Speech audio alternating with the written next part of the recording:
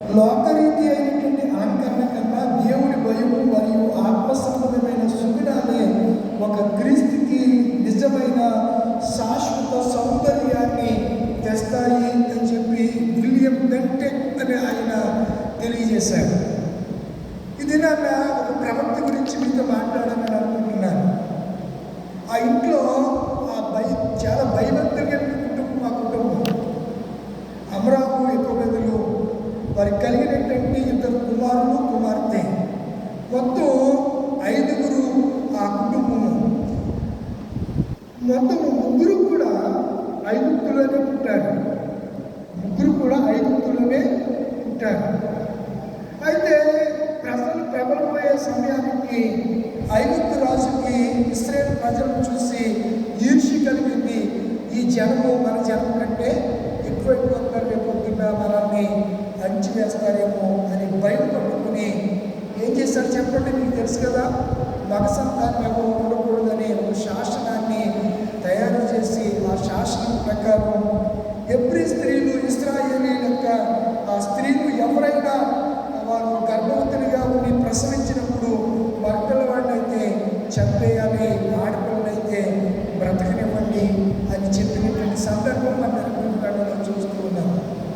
అయితే ఇక్కడ నేను చెప్పాలనుకుంటున్న స్త్రీ పేరు మిరియాము. ఆమె తన తమ్ముడు తన అన్న మీద కొన్నిసార్లు తిరుగుబడింది. సహజంగా స్త్రీలకి సోదరుల మీద దెబ్బలాడే తక్కువ ఉండాలి. నీ గడప తొక్కమన్నా తప్పును, మీ ఇంటికి రమ్మన్న రాను, మా అమ్మ నాన్న ఉన్న చోట్ల నీ ఇంటికి వస్తున్నాను లేకపోతే నేను రాను, ఇలా మాట్లాడే పరిస్థితులు చాలాసార్లు ఈ స్త్రీలలో కనపడుతూ ఉంటాయి. మిరియాము జీవితాన్ని మనము పరిశీలన చేసినప్పుడు ఆమెను ఒక ప్రవక్తి అని బైబిల్ తెలియజేసింది. ఏమని చెప్పారండి? ప్రవక్తి మిరియాము. ఇశ్రాయేలీయులకి మొదటి ప్రవక్త ఎవరు అంటే మిరియాము. అంతకుముందు ప్రవక్తలు ఎవరు లేరు, ప్రవక్తలు కూడా లేరు. ఇశ్రాయేలీయులకు మొదటి ప్రవక్త ఎవరు అంటే మోషే. ఇశ్రాయేలీయులకు మొదటి ప్రవక్తి ఎవరంటే మిరియాము. ఇశ్రాయేలీయులకి మొదటి యాజకుడు ఎవరంటే అహరోను. అర్థమవుతుందా మీకు? 3 ఒకే కుటుంబం, 3 కలిసి పెరిగారు. తమ్ముడంటే ఎనలేని ప్రేమ. తమ్ముళ్ళంటే ఎవరికి? మిరియాముకి. చూడండి, మిరియాము మోషేని ఎంత కంటికి రెప్పలా కాపాడిందో చూడండి. తల్లి 3 నెలలు పెంచగలిగింది. ఆ తర్వాత ఆమె పెంచడం, అతన్ని దాయడం ఆమె వల్ల కాలేదు. అది కారణం చేత నైలు నదిలో విడిచిపెడితే ఆ జమ్ము పెట్టు వెనకాలే ఆ జమ్ములో దట్టమైన నైలు నది, ప్రపంచంలో అతి పొడవైన నది ఏదంటే నైలు నది. ప్రపంచంలో మీకు జాగ్రఫీలో, హిస్టరీలో ఈ కంపల్సరీ వచ్చిన అడుగుతూ ఉంటారు. ఎక్కువ ఐఏఎస్ ఐపీఎస్ అని ఎక్కువ ఈ ప్రశ్నల ద్వారా అడుగుతూ ఉంటారు. అతి పొడవైన నది నైలు నది. నైలు నది పరివాహక ప్రాంతంలో చక్కని బలవర్ధకమైనటువంటి పంటలు పండే ప్రాంతం అది. అలాంటి ప్రాంతం నైలు నది ప్రాంతం. నైలు నదులు అప్పుడు ఉన్నటువంటి ఈజిప్ట్ వేరు, ఐగుప్తు వేరు. ఇప్పుడు అంత మైగ్రేషన్ అయిపోయింది. పరిస్థితులన్నీ అక్కడ మారిపోయాయి. ఒకప్పుడు రాజరిక వ్యవస్థ వేరు, ఇప్పుడు రాజరిక వ్యవస్థ వేరు. అప్పుడు పరిపాలకులు వేరు, ఇప్పుడు పరిపాలకులు వేరుగా జీవిస్తున్నారు, పరిపాలన చేస్తున్నారు అనే సంగతిని నేను మీకు జ్ఞాపకం చేస్తున్నాను. నా ప్రియమైనటువంటి దేవుని పిల్లలారా, ఇలాంటి కుటుంబంలో ఒక భక్తి కలిగినటువంటి కుటుంబంలో వచ్చినటువంటి మిరియాము ఎప్పుడు సాధారణంగా అన్నయ్యతోటి తమ్ముళ్ళతోటి లేక ఆమె కూడా అలాగే గొడవలు పెట్టుకుంది. ఒకసారి మోషే ఒక అన్య స్త్రీని పెళ్లి చేసుకున్నాడని ఆయన ఇష్టానుసారికి నోటికి వచ్చినట్టుగా మాట్లాడితే అది దేవునికి ఇష్టమైంది కనుక మిరియాము దేవుడు ఏం చేశాడు? శిక్షించాడు. కారణం చేత ఆమెకు కుష్టి వ్యాధి వస్తే 7 రోజులు సమాజంలో ఉండడానికి ఆమె అవకాశం కోల్పోయింది. ఎక్కడుంది? పాలు వెలుగులకు వెళ్ళిపోయింది. సంఘంలో ఉండడానికి లేకుండా పోయింది. గుడారంలో ఉండడానికి లేకుండా పోయింది. కారణము తన తమ్ముడైన మోషే మీద చదువుకోవడం కారణం చేత, మోషేను ఎదిరించిన కారణం చేత. ఎదిరించడం అంటే బాగోదు, కానీ మోషేను ఎంతైనా కొంచెం పెద్దది కదా, తన ఆధిపత్యాన్ని చూపించింది. ఎరా నువ్వు చేసింది తప్పు కదా, ఇలాంటివి చేయొచ్చా, ఒక అన్య స్త్రీని పెళ్లి చేసుకుంటావా అని చెప్పి ఇష్టానుసారంగా మాట్లాడిన కారణం చేత ఆమె శిక్షకు గురైంది. ఎవరి శిక్షకే? దేవుని శిక్షకు గురైంది. ఇప్పుడు దేవుని శిక్షకు గురైతే ఇప్పుడు తమ్ముడికి ఎంత బాధ, అన్నగారికి ఇద్దరికి చాలా బాధపడిపోయారు. ఎవరిద్దరు? మోషేను. అయ్యా ఆ పరిస్థితిలో ఆమెను మేము చూడలేకపోతున్నాం, దయతో క్షమించి ఆమె అపరాధాన్ని మన్నించి ఆమెను స్వస్థత ఇవ్వంటే 7 దినాల తర్వాత మరలా ఆమె సమాజంలోనికి వచ్చింది. ప్రియమైన దేవుని పిల్లారా, చాలాసార్లు స్త్రీలు ఈ బలహీనత ఉంటారు. సేవకుల గురించి ఏదైనా చిన్న మాట తెలియగానే దాన్ని స్ప్రెడ్ చేస్తూ ఉంటారు, సడుకుంటూ ఉంటారు. దాని గురించి వెళ్ళి అడగకపోయిన వాళ్ళింటికి ఈ ఇంటికి వెళ్ళి చెప్పే పరిస్థితులు ఉంటాయి. అందుకే A.F. స్టీవెన్సన్ గారు పాట రాస్తూ ముచ్చట్లు కట్టి పెట్టి ఏం చేయాలి? దేవుని గురించి సంభాషణ చేయాలి, దేవుని గురించే మాట్లాడాలి తప్ప ఈ ఇంటి సంగతులు ఆ ఇంటికి, ఆ ఇంటి సంగతులు ఈ ఇంటికి చెప్పవద్దు అని చెప్పి చక్కని పాట రాశారు. దాని ఆంతర్యం, దాని తాత్పర్యం, దాని భావగర్భం అద్భుతం. ప్రియులారా, నేను ఈ దినాన్ని మీతో మాట్లాడడానికి ప్రభువారు నన్ను ప్రేరేపిస్తున్నటువంటి అంశాలు మాటలు ఏమిటనగా, మిరియాము ఒక ప్రవక్తి, ఇశ్రాయేలీయులకు మొదటి ప్రవక్తి మిరియాము. ఈ మిరియాము ప్రియులారా, ఎప్పుడైతే ఇశ్రాయేలు ప్రజలు ఎర్ర సముద్రం దాటారో ఆమె చేసిన పనినే మనం ఇక్కడ చదువుకున్నాము. చాలాసార్లు కొన్ని సంఘాల్లో స్త్రీలే వాయిద్యాలు వాయిస్తారు. మీకేం సిగ్గు, ఖంజరు వాయిస్తూ ఉంటారు. వాటిని ఏమంటారు? ఇదివరకు మేము గిలకచ్చికాయలని వాళ్ళు వాటిని ఏమంటారు? అయ్యా అంటారా? అయ్యా అంటారు. అప్పుడు అదే పేరు, పేరు మారిందేమో నాకు తెలియదు. అలా వాయిస్తూ 2 ఇన్స్ట్రుమెంట్స్ చేతులతో పట్టుకుని తాళాలతో ఆ దినాల్లో వీధి సువార్తల్లో అద్భుతంగా ఈ ఇన్స్ట్రుమెంట్స్, కంజరి, డ్రమ్ము, గిలగిచ్చికాయలు, తాళాలు కూడా ఉండేవి. తాళాలతో 2 తాళాలు ఇలా కొట్టుకునేవి, చేతులతో ఇలా అనేవి కూడా వీధులు కూడా సువార్త చెప్తూ అవన్నీ ఎక్కడ ఉన్నాయండి ఇప్పుడు? అసలు మీరు ఇప్పుడు రావడమే చాలా భారంతో వచ్చారు. నేను చాలా దినాల నుంచి మిమ్మల్ని నేను గమనిస్తూ ఉన్నాను. తమ్ముడు పెడతా ఉంటాడు, ఎప్పుడు కనపడతారు ఉదయం గారు, ఎస్ గారు రెగ్యులర్గా కనపడేవాళ్ళు. ఒక్కొక్కసారి నువ్వు కూడా కనపడలేదు. ఈ మధ్యలో శాంతం గారు, ఆవిడ కనపడలేదు, ఆ శాంతం గారు కనపడుతున్నారు. కొంతమంది ఎప్పుడు కనపడుతున్నారు, కొంతమంది అప్పుడప్పుడు కనపడుతున్నారు. ఇది క్రమం కాదు. మీరు ఏమనుకున్నా పర్వాలేదు, ఇది క్రమం కాదు. స్త్రీలు ఒక దినాన్ని నిర్ణయించుకున్నప్పుడు ఆ దినముందు స్త్రీలందరూ ఏం చేయాలి? నువ్వు ఎస్తేరు, నేను ఉపవాసం చేస్తాను, మీరందరూ స్త్రీలేని మీరందరూ కూడా ఏం చేయాలి అంటే ఆమె చెప్పిన మాటకి వాళ్ళందరూ ఆమె చెప్పిన రోజులు ప్రార్థన చేశారా లేదా? మరి మనం ఎందుకు చెయ్యము? ఇప్పుడు దేవుడు మాతో చెప్తున్నాడు కదా, ప్రార్థన చేయమని, పాటలు పాడమని, నా సన్నిధిలో కనబడమని. మీకు ఇచ్చినటువంటి భాగ్యం, స్త్రీలకు దేవుడు ఇచ్చినటువంటి గొప్ప భాగ్యం ఈ ప్రపంచంలో మరి ఎవరికి ఇవ్వలేదు. అందుకే మిమ్మల్ని ధన్యురాలు అంటారు. మిమ్మల్ని ఏమంటారు?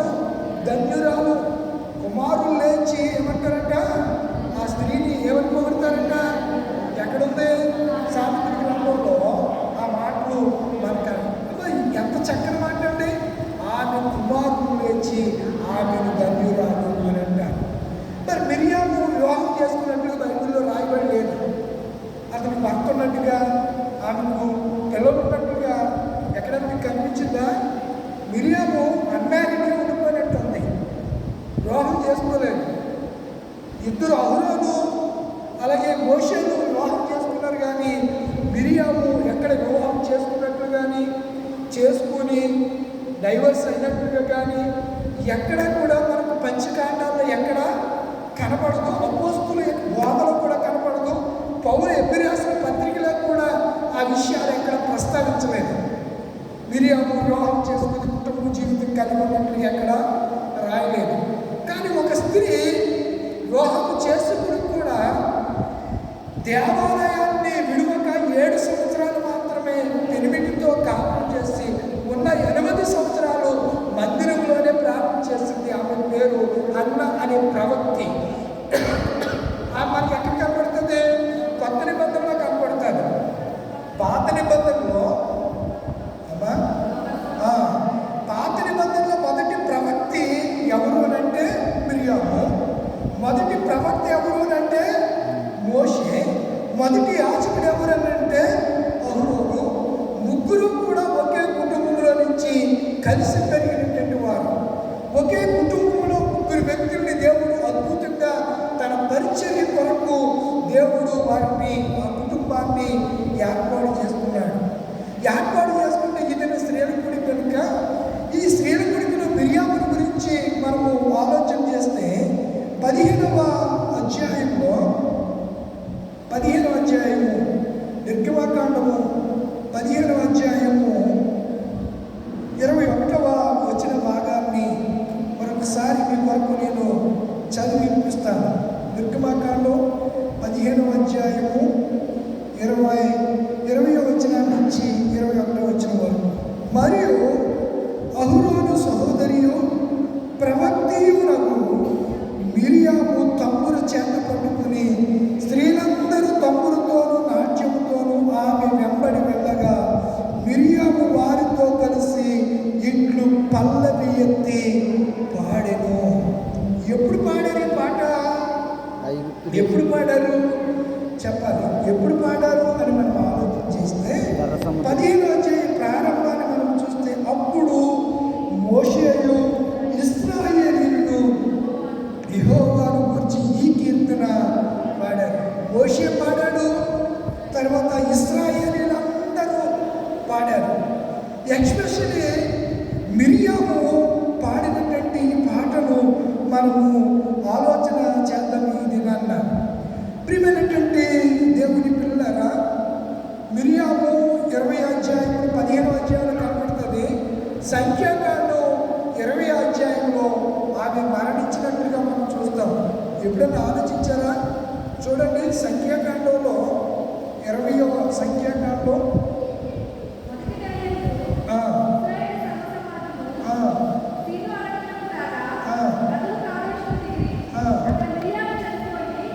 ఎక్కడ?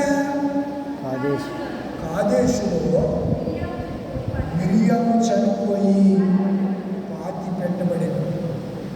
మనం మిరియాం గురించి మొదట ఎక్కడ చదువుకున్నాం? నిర్గమకాండము 15వ అధ్యాయంలో చదువుకున్నాం. నిర్గమకాండం తర్వాత ఏ కాండం ఉంది? లేవీకాండం. లేవీకాండం తర్వాత సంఖ్యాకాండం. సంఖ్యాకాండం తర్వాత ద్వితీయోపదేశకాండం. సంఖ్యాకాండం 20వ అధ్యాయంలో మిరియాము అనే ప్రవక్త యొక్క మరణాన్ని గురించి ఆమె ఎక్కడ చనిపోయిందో క్లియర్ కట్గా రాయబడింది. ఎక్కడ చనిపోయింది చెప్పండి?